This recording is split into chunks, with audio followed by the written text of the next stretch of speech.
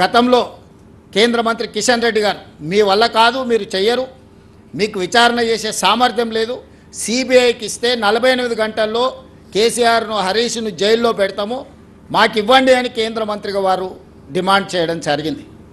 మరి ఈరోజు మేము సిబిఐ విచారణకు ఆదేశించి దాదాపుగా 9 నెలలు కావస్తుంది.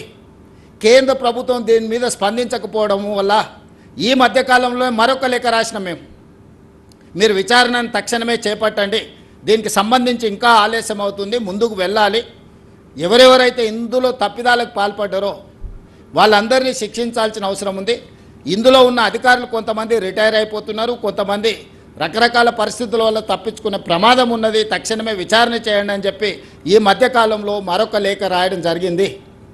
ఈ నేపథ్యంలో ఈరోజు విచారణ చేసి ఇందులో ఉన్న వాళ్ళని శిక్షించడం ఒక కోణమైతే, వేల కోట్ల రూపాయలు 1,50,000 కోట్ల రూపాయల అంచనాలతోటి ఇప్పటికే 1,00,000 కోట్ల రూపాయలు కాంట్రాక్టర్లకు చెల్లించడం జరిగింది. ఈ ప్రాజెక్టుల మీద 1,00,000 కోట్లు ఖర్చు పెట్టిన కాళేశ్వరం ప్రాజెక్టు ఇప్పటి వరకు 1,00,000 ఎకరాలకు కూడా నీళ్లు ఇవ్వలేకపోయినాము.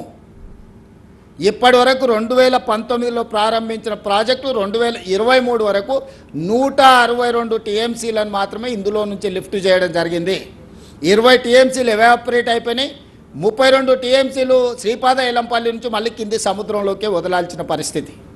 సో కాళేశ్వరం మీద 1,00,000 కోట్ల రూపాయల ఖర్చు పెడితే ఇప్పటి వరకు నికరంగా 1,00,000 ఎకరాలకు కూడా నీళ్ళు ఇవ్వలేకపోయినాము.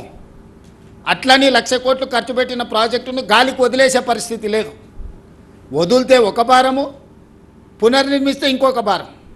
కానీ ఇందులోనే అన్ని చర్చలు చేసి వీటన్నిటిని కూడా రిపేర్ చేసుకొని మళ్ళీ ఈ తెలంగాణ ప్రాంతానికి నీళ్ళు అందించడానికి అవసరమైన పనులు చేయాలని చెప్పి ఈరోజు మేము నిర్ణయం తీసుకున్నాం.